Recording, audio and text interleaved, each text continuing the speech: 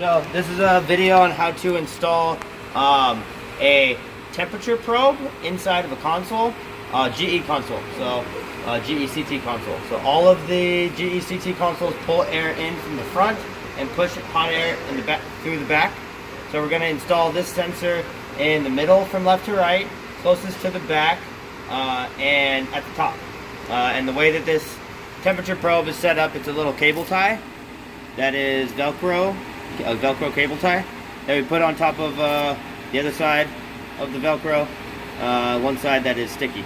So you're gonna peel this off and then stick it middle, near the back, at the top, and then run the cable with the rest of the cables and dress the cable with zip ties, just like doing an install, out of the way of anything that might be replaced and attached to other cables that aren't replaced often. So let's go in the back and go through it. Okay. So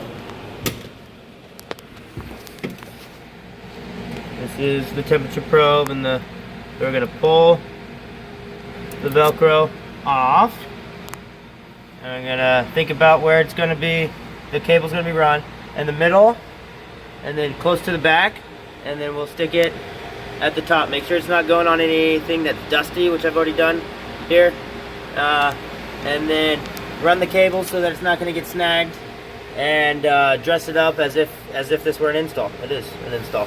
So zip tie it to stuff that's not going to get yanked out, and give enough slack to be able to pull it out if needed. And the nice thing about this is that even if somebody does pull it, you can go, oh, that's what that is, and you can find the Velcro and you can put it back. So, alrighty.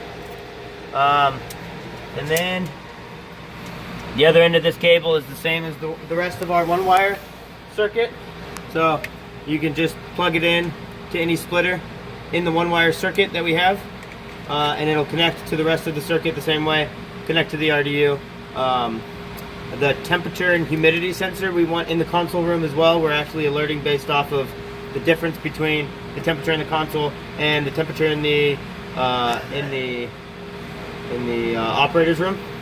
So you can run this up to where up to a return vent, or you could just leave it somewhere where it's not going to have cold or hot air blowing directly on it, and it'll be just fine.